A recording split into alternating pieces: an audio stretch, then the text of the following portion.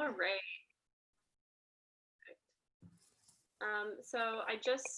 My name is Tressa. I work at Iowa College Aid, and I'm here to introduce our next session. If you haven't joined us for any other sessions so far, I just want to point out that you can ask questions in the chat box and the Q&A box. Either or is fine. And I will make sure that Megan sees those at some point in the presentation. And with that, I just want to introduce Meghan Oster. She is a statistical research analyst for us here at Iowa College Aid. She earned her BA in psychology from DePaul University and her master's in higher education and student affairs from Baylor. She is currently finishing her doctoral degree in higher education administration from the University of Michigan Center for the Study of Higher and Post-Secondary Education. And she researches higher education, finance, financial aid, and student loans, and is going to talk to us all about data today. So thank you for being here, Megan, and I will put myself on mute. Cool. Thank you, Tressa. I appreciate that introduction. Thank you, everyone, for coming to my presentation called Data Love. That was my walk-up song. So we're going to have a conversation today about managing, organizing, analyzing, and visualizing data. I'm hoping that this is sort of a capacity building presentation for your LCANs. Just a little bit more background about me. I do currently serve as one of the lead researchers for community engagement at Iowa College Aid. So I handle most of the data requests that come from you all. If you get those through to Ann or Megan, they typically come to me. Also, while I was at the University of Michigan, I handled a fair amount of evaluations and education data. So that's kind of where my expertise comes in. And previous to enrolling at Michigan, I was involved in institutional research at Northern Virginia Community College. So just kind of a wide range of experiences. I've been at Iowa College Aid since January, so I'm continuing to learn, and I look forward to continuing to engage with you all. So for today, like I said, I will discuss managing, organizing, analyzing, and visualizing data. And then at the end of this, I will end with some data resources that we have. As Tressa indicated, if you have questions during the presentation, I'm happy to take those during the presentation, or if you prefer to hold them to the end, I've also left some space for this time to answer questions. So however you feel comfortable doing questions is fine with me. If you do hold your question until the end, if there's a relevant slide, if you could just write that down, that way I can kind of jump back to it. I'm happy to do that as well. So first, how should data be managed? So typically, managing data involves collecting data, whether that be from public sources such as the census, internal data sources such as your own administrative sources, or confidential data that is provided by other resources.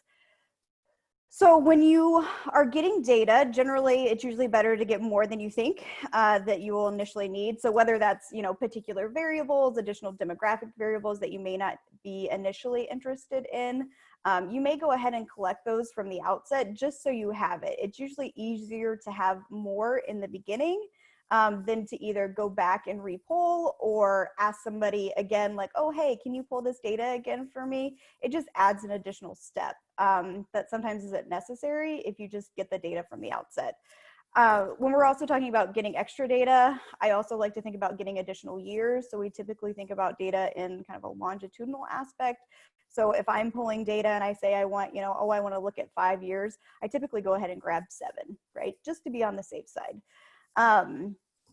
Additionally, when you are pulling data either externally or even internally, file names typically are not terribly intuitive. So it's helpful if you go ahead and rename those data files and give them a name that is both intuitive, that you yourself can understand, and also people outside of yourself can understand. It's also worth it to consider creating a spreadsheet if you have a lot of data sources or a complicated project that you're working on, so you can keep track of all of your data sources. You initially will probably think, oh, this is time consuming, I don't want to keep this data source. But when you potentially leave a project for a couple months and then come back to it, and you have that spreadsheet, it's basically like your memory is down on paper, right? And you don't necessarily have to remember, oh, where was I, or where did this data come from, or different things like that. Also, including a date in your files is typically helpful, because it lets you know, oh, I pulled this data on this date. Maybe I need to go and pull it again. Maybe something has changed, different things like that. So kind of leaving yourself breadcrumbs in your managing of data is helpful, because you never know when you're going to want to go back to it. Also, it's typically helpful to organize files within folders. So for example, I put in this PowerPoint an example about pulling grad rates. Typically what I would do is then pull multiple years of grad rates and then put all of those grad rates in a folder that's called Iowa Public High School graduation rates. That way I know exactly what is in that folder and exactly where that data lives. In addition to kind of thinking about managing data, we also process data at this point. As a general rule of thumb, it is good to keep an original file. So for example, if you're out on the Department of Ed's website and you're pulling just demographic data for high schools, it's good to save that original file and then manipulate that original file, which we'll talk about next, in organizing it. But when you're managing it, in the managing aspect of it, it's good to then save a second file that's denoted some way, shape, or form that this is kind of your clean file. So I have just a general kind of thing that I do is, after I've cleaned a particular data set, I throw an underscore clean on it. That way I know that it is my preferred data set. It is my cleaned data set. In addition to thinking about, getting multiple files and saving those files and things like that, you also want to think about some type of schedule. So if you are pulling data and you think you're going to pull it yearly, weekly, monthly, make sure that you have a reminder for yourself and think about creating a master schedule that's shared across your organization, and make sure everybody knows what that schedule is and who's going to pull what when. Because out on the internet, for example, if you are pulling publicly available data, sometimes those data sets get overridden. So you may miss, some longitudinal piece of data that you wanted if you don't remind yourself that you need to do it every week. So for example, I pull the FAFSA rates that come from FSA every single week, and I have a task set up on my Google Calendar that says, hey, Megan, on Monday, you need to go and pull these files, because next week they're going to change and you're going to miss the data that you wanted, because I want to be able to track where we are in Iowa on FAFSA completion rates every single week from that publicly available data set that's out there.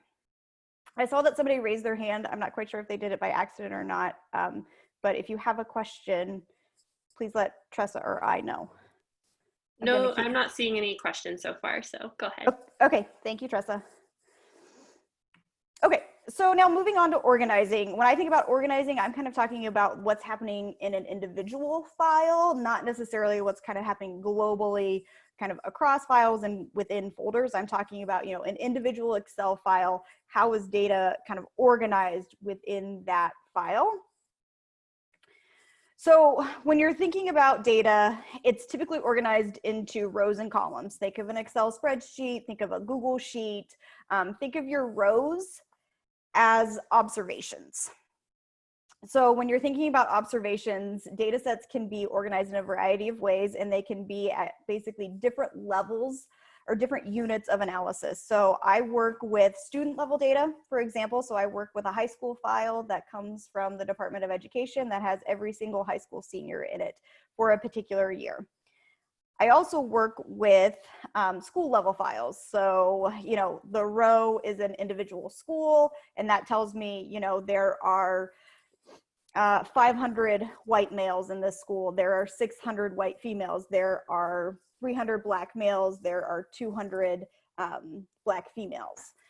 So that's a school level file. There's also organizational level files. So thinking about,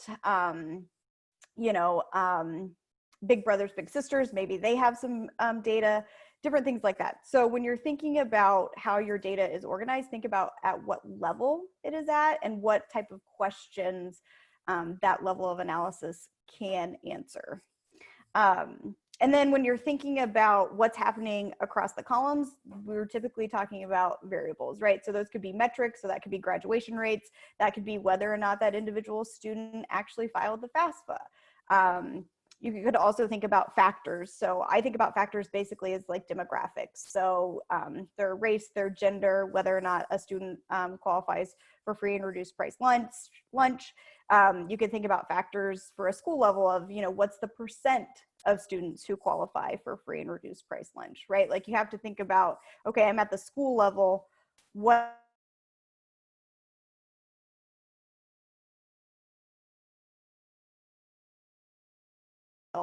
you would think about a school and what percent is out there and what percent of students are free and reduced price lunch. After you've kind of figured out how your data is organized across the rows and columns, there's some typical cleaning steps that we go through.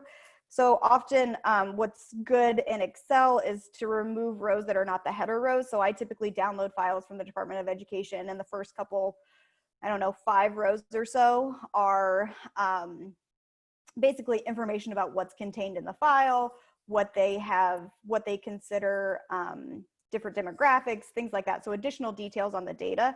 I remove that and make sure that my first row is always those header rows. So, school, district, what AEA, different things like that. You want those always to be your top rows. It's also important to remove duplicates if that's necessary, kind of depending on how your data are structured. And then, since this is obviously an LCAN convening, you all are particularly interested typically in the schools that are associated with your LCAN. So just as a good measure, it's good to just remove other schools that are not in your LCAN or comparison schools that you might be interested in, right? Like maybe you've identified a couple schools that are similar to the schools that are in your particular geographic area. Maybe you keep those in your LCANs, and then everything else can go away to make your life a little bit easier.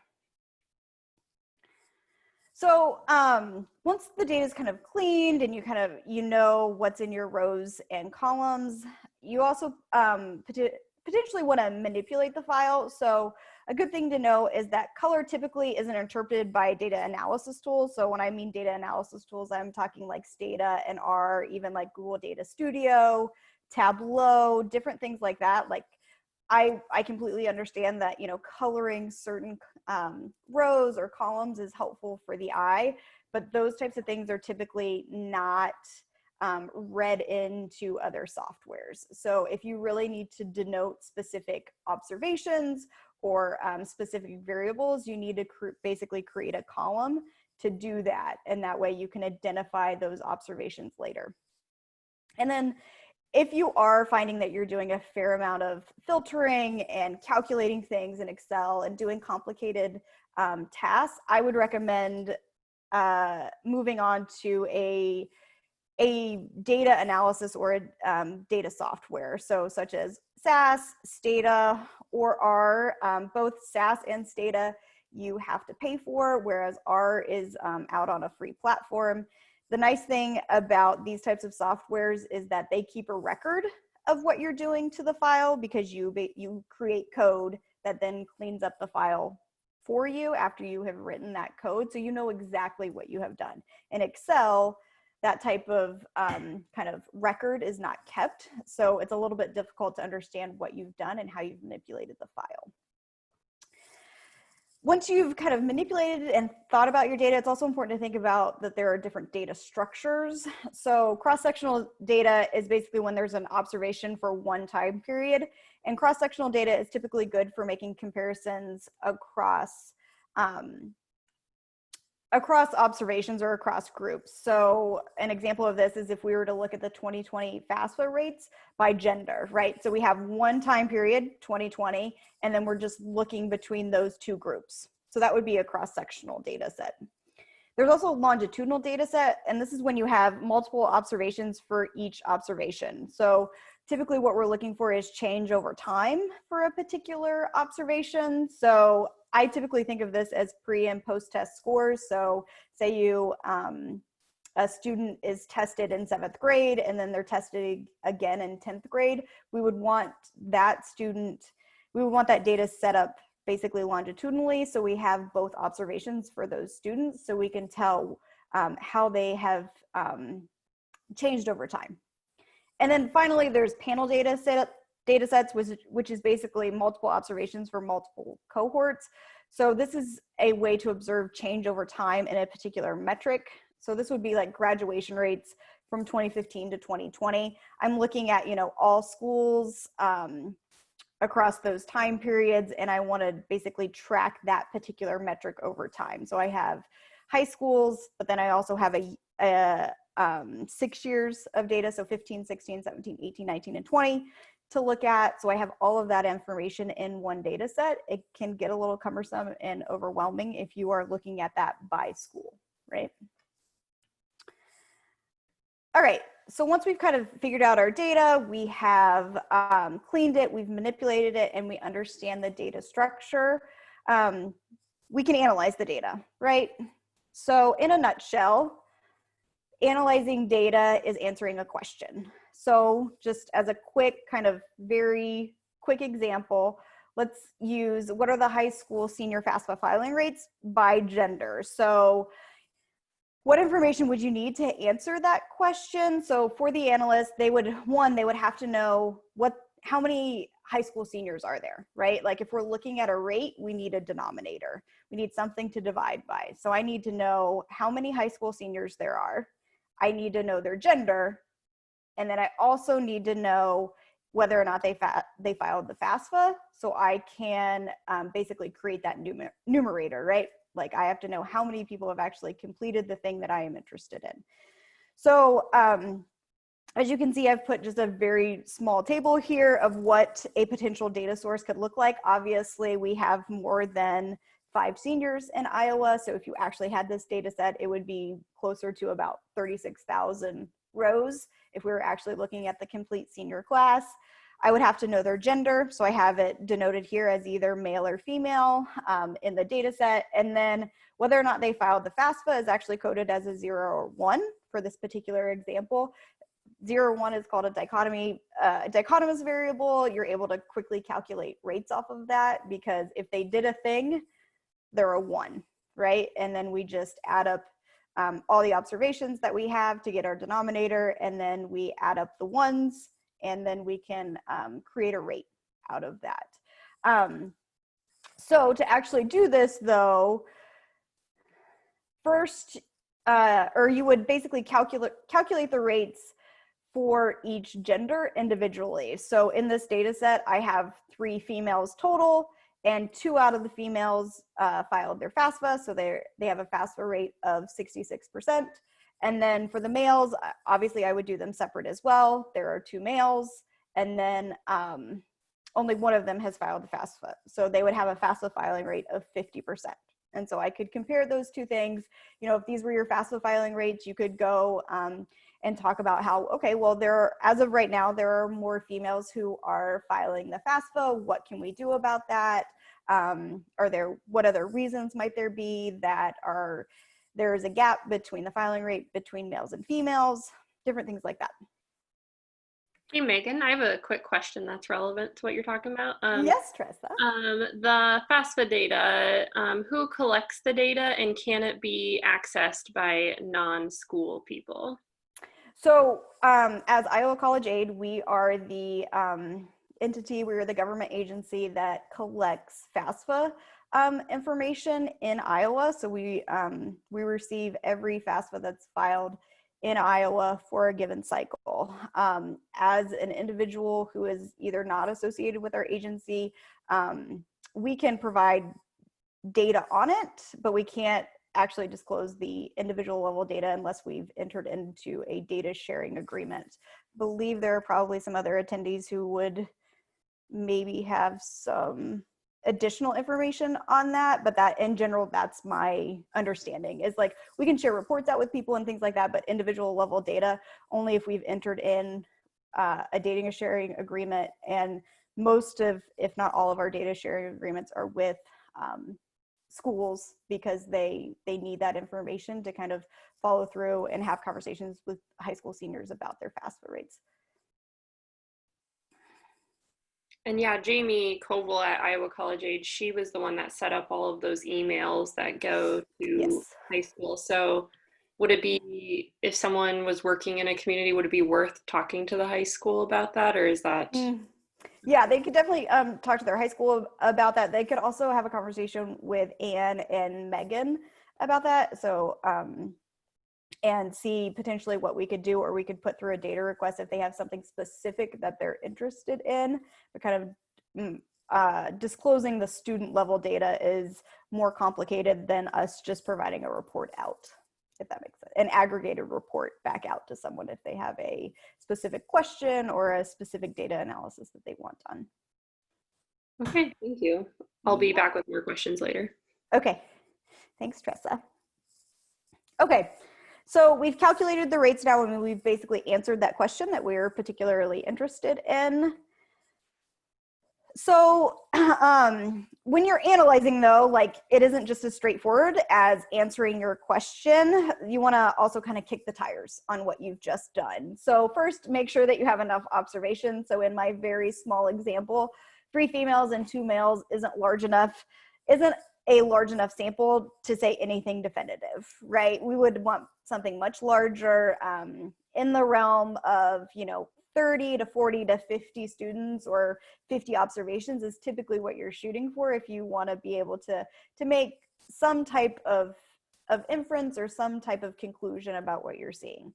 It's also important to think about outliers. So if there's any type of extreme value, so if you're looking at a continuous variable, for example, if you have ACT data for a particular student, and for some reason you have a score of 50 in there, you're going to know that that's wrong, right? The ACT goes up to 36, I believe, according to a report that I was looking at today. So something outside of those ranges, you're going to want to kick the tires on and question and kind of think through that.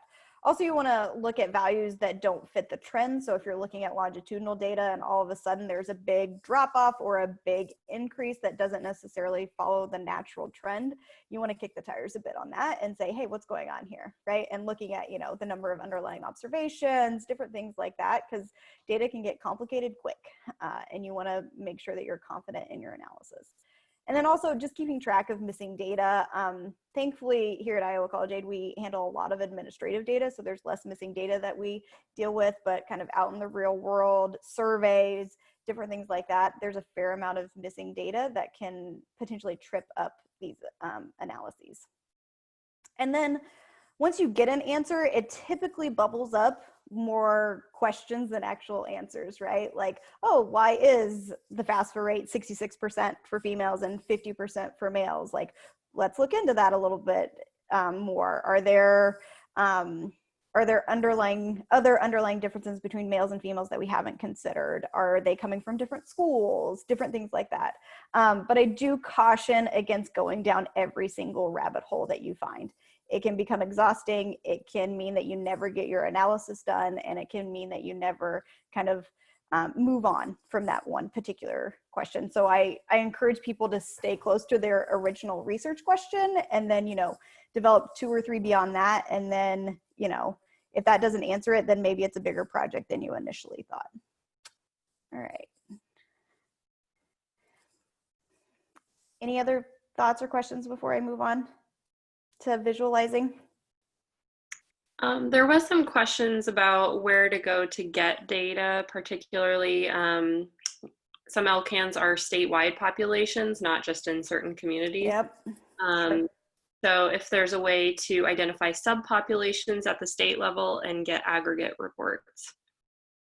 Yep. So after I talk about visualization, we'll talk about some data sources that we have. And then I actually have a slide on here about like other data points that our LCANs are particularly in need of. So I was hoping to have a short discussion with the people on the call about other things that I could provide to them as the researcher for the LCAN. So I would prefer to hold that question until we get to the end, if that's okay. That's awesome. She says thanks, and Cool. sounds good. Okay. All right, so we're going to move on to visualization. So for those of you that have been around and have seen some of the work that I've done, I do a fair amount of the visualizing that I do for data analysis in Google Data Studio. So I've basically listed out some pros and cons of different data visualization tools, and then at the end I'll provide some, tips and tricks. So some reasons why I like Google Data Studio is that it can be dynamic depending on the data source. So you can link it up. For example, we link it up to Salesforce because we use Salesforce at Iowa College Aid. You can also link it to you can link it to Google Sheets. You can do all sorts of things. So, and it can be dynamic, and it will refresh when you refresh that data, right? So you don't necessarily have to go in and change it all the time, which is really nice. It's also free. So if you have a Google account, you have access to Google Data Studio. Reports are pretty easily shared as long as you set the appropriate permissions. It works very similar to Google Docs or Google Sheets, which is nice. And then to me, I think it's a pretty clean and pretty straightforward design element. And that's one of the reasons why I like it. So some cons, there is a moderate learning curve to it on how to kind of figure it out and connect the data, and there's different filters and, which visualization do I need and how do I customize this visualization? So we've actually talked about putting together a dashboard presentation and workshop for the LCAN. So that's probably coming down the pipeline, and we'll probably focus pretty heavily on Google Data Studio. So that's something to potentially look forward to in the future about this. So that could potentially help with the moderate learning curve. It does have less options compared to Tableau, which I think people are probably decently familiar with. And there's also less control for the visual display. It's kind of just a one shot fits all. On different things. And you can't really, for example, like there's data labels on this screenshot that I'm showing you all. I can't move those data labels at all. When there's two lines, they overlap each other, and like you can't go in and manipulate that at all. So there's a little less control than what some people would like. There are other options. As I indicated, Tableau, which is pretty popular. It is more powerful and it can be dynamic, so it automatically updates when the source file is updated. Some cons to it is that it can be pretty expensive, kind of depending on your level and what you can get access to, excuse me. To me personally, I have used both Tableau and Google Data Studio. To be fair, I used Google Data Studio after I had used Tableau. But to me, I think Tableau has a higher learning curve. It's to me, it's not as intuitive as Google Data Studio, and there are a lot of bells and whistles that you can go down the rabbit hole with Tableau and not get out. At least me personally. As I say, it can get overly complicated very quickly, and just less control of the visual display, kind of similar to Google Data Studio. You can't, move those labels around if you need to, if they're overlapping, right? Like you just kind of have to do a one size fits all on whatever kind of option you select. And then finally, there is just Word and Excel or Google Doc or Google Sheet. Those are also good options if you just need a quick table or a quick graph. Like there's nothing wrong with that. Obviously, there's a lower learning curve for those types of things. They're pretty kind of ubiquitous throughout, the workplace and whatnot now. Most everyone already has access to it, or it's free, like Google Sheets and Google Docs. As the creator of the visualization, you can control the slicing and dicing of the end user, so that's helpful. They can't kind of get in there and kind of visualize and manipulate the data the way they can with Google Data Studio and Tableau. And you have complete control of the visual display, right? Like you can go in there and you can move data labels, you can change x-axis, y-axis, you can do all of that. Obviously, some cons, there are minimal options, and it's a static report, right? Once you've created it, you've created it. And there's not necessarily kind of this automatic updating that can happen. So when you're thinking about visualizing, I think it's important to ask yourself some important questions. So first, who is your audience? If it's internal, so if it's internal to just your LCAN, you likely need less explanation and description of the analysis, right? These are internal people. They probably potentially asked you for the analysis, so they know what they're getting and they know what they are trying to answer. If you are moving your analysis or your visualization to an external constituents, more than likely you're going to need to provide some details that individuals who don't have insider knowledge would need to know to make sense of the report. You also want them to trust your analysis, so you're going to have to provide some additional detail to get them to kind of believe what you're showing them, right? Every time I kind of approach a visualization, another question that I always ask myself is, what is the comparison? Like, what am I particularly interested in? Am I interested in looking at differences across groups? Am I interested in looking at change over time? What am I particularly looking for? So if you are looking for over time and cohorts, think of a single line chart. So this could just be the FAFSA rate over time for, you know, the 3 schools that are in your LCAN. Simple, pretty easy to do. If you're looking for between subgroups, so you're just looking at one point in time, but you're looking between males and females, individuals who qualify for free and reduced price lunch, different things like that. Bar charts are typically the easiest, right? Because they'll intuitively show you the gap, or if there is no gap, they'll show you those things right off the bat.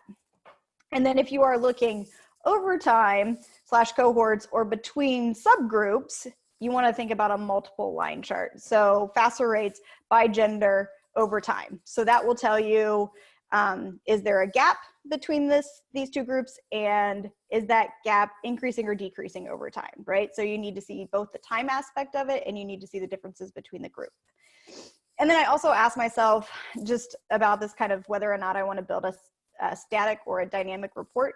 How often will it be updated? So if it's going to be regularly, for example, our FAFSA.iowa.gov is updated every single week. That is a dynamic report that we want to automate and make as easy as possible to update. So it's built out in Google Data Studio because that allows us to have a dynamic report that will automatically update and refreshes when we refresh the data. If you're doing a one-off report, honestly, a static report should work just fine. Typically, when I get data requests from LCANs or from other people, I create a Google Sheet or a Google Doc and just provide that to them. It's typically one simple table or a simple graph. I don't necessarily put the effort in to make a dynamic report that is going to be updated because it's not worth the upfront cost to do that if it's not going to be updated regularly. If it is going to be updated regularly, that's when I put in the effort because that's going to save me over the long term. Okay, so now that we've kind of talked through, you know, if you have some data, how do you need to manage it, organize it, analyze it, and then visualize it. I did want to provide at the end of this some resources and sources for you all for data that you may be interested in. I'm not going to click on the links, but Anne and Megan have said that PowerPoints are being provided, so you will have these links afterwards. So if you're interested in FAFSA rates, there is FAFSA.iowa.gov, which provides FAFSA rates for each individual high school, and then there are some additional visualizations that we do that show you over time and different things like that. That's out there for everybody. I also have created FAFSA over time by county. So this would aggregate, you know, if there are multiple high schools in a county, this aggregates it up to the county level. So if you're particularly interested in that, you could go to that website. If you're interested in high school graduation rates, I point you to the Department of Education's website. They have graduation rates and dropout rates for both public high schools and the private high schools. If you're looking for college going rates, I point you to the post-secondary readiness reports, and then I also have created an LCAN dashboard that looks at student success. So this actually has college going rates. This has college going rates, first year enrollment, retention, and then some graduation information as well. So in this LCAN student success metric, so that kind of shows you over the lifetime of a student at a post-secondary institution. There's also retention and persistence. So this comes from the post-secondary progress chart, which hopefully most of you are familiar with. I have started to do some stuff on education attainment rate. So that's at the county level by race and ethnicity. That is out there. There's also unemployment rates by county that I have created that is also out on our website and at this link.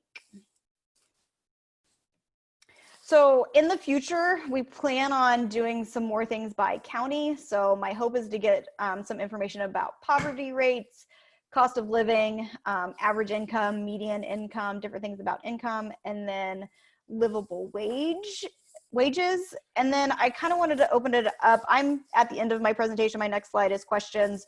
So I'm happy to answer questions, and I'm also happy to take kind of requests and ideas for things that you all need as LCANs and additional data sources that you need.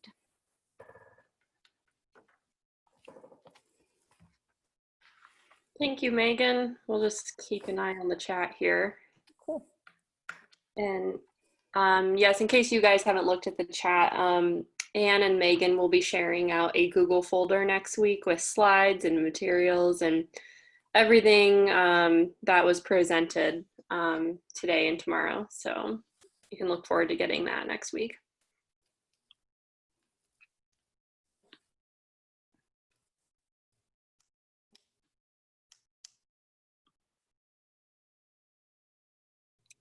Okay, how will cost of living and livable wage be calculated? From Kim Warren.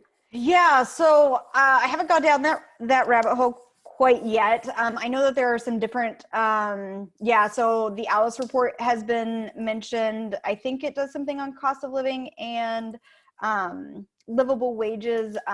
It's something that's sort of new to me that I'm actually going to explore. So if people have data sources or different things like that, I'm hoping that I can just find a data source that has it and I can just use their calculation. Honestly, that's typically what I have done. I have kind of reimagined some data sources. So like census data and things like that, I don't go and necessarily recalculate it. I just go in there and pull that information and provide it back out to you all as a little bit easier to digest than going to the census website. So it's something that I am exploring and thinking about. And if people, Kim, if you have ideas about it, let me know. Data for decision makers. Okay.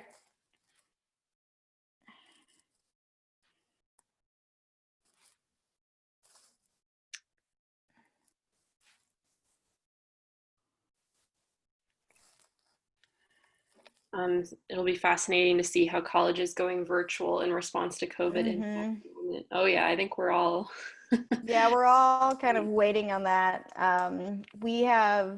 We plan to at Iowa College Aid to submit to National Student Clearinghouse. So if individuals don't know what that is a repository of student enrollments across the country. It has about a 97 and 98% coverage rate, and we plan to submit some high school files in the near future to kind of look at that and see what's going on with enrollment, particularly retention. We're not initially looking at, so, but enrollment, yeah, we're definitely looking at that. Else report.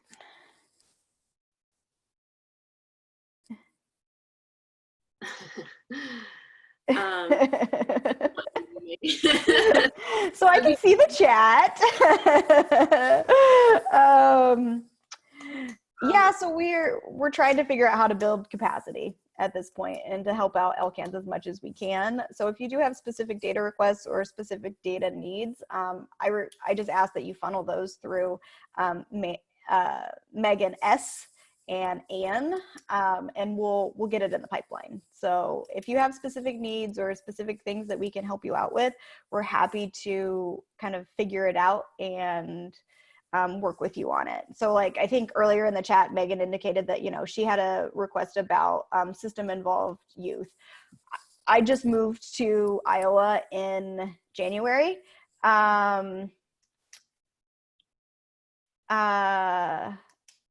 Yeah, I just moved in January, and Meghan S. asked me about system involved youth.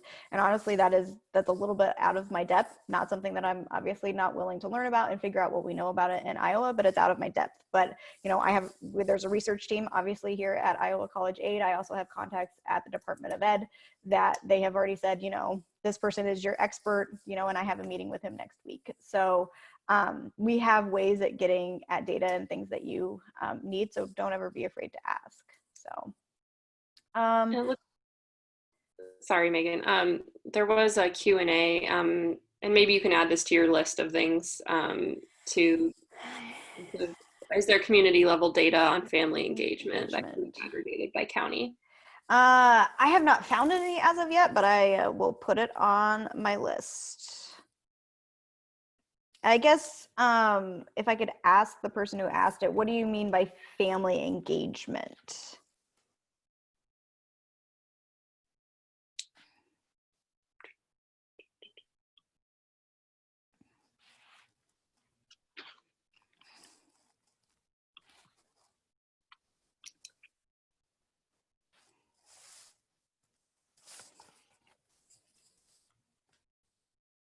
Sorry to put you on the spot, Lee. If you can, I will look for your clarification on that one. Is there any state level data that captures the use of campus-based supportive services by college students? Not necessarily at the state level data that captures use of campus-based, not that I can think of at the state level. That would be something that would be at the institution level. I guess when you say campus-based, are you talking about post-secondary education or high school levels, or by college students? Okay. If I read the whole question, it would be helpful. So no, as far as I know, we don't necessarily have a repository of like, this institution has this particular campus-based support service. As far as I know, we don't have that. If we did, it would be great as a, you know, kind of back pocket kind of cheat sheet type of thing for both high school counselors and people out in the community. But no, as far as I know, we don't have that information.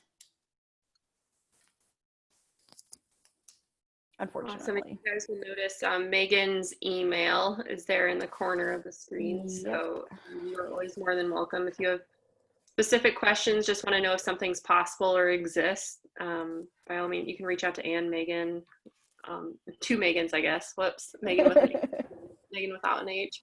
Yep, it's confusing. It's okay. I also just put it in the, oh, actually, I think maybe that just went to the panelists and not everyone. Yeah, you have to decide. I'm sorry. Here we go.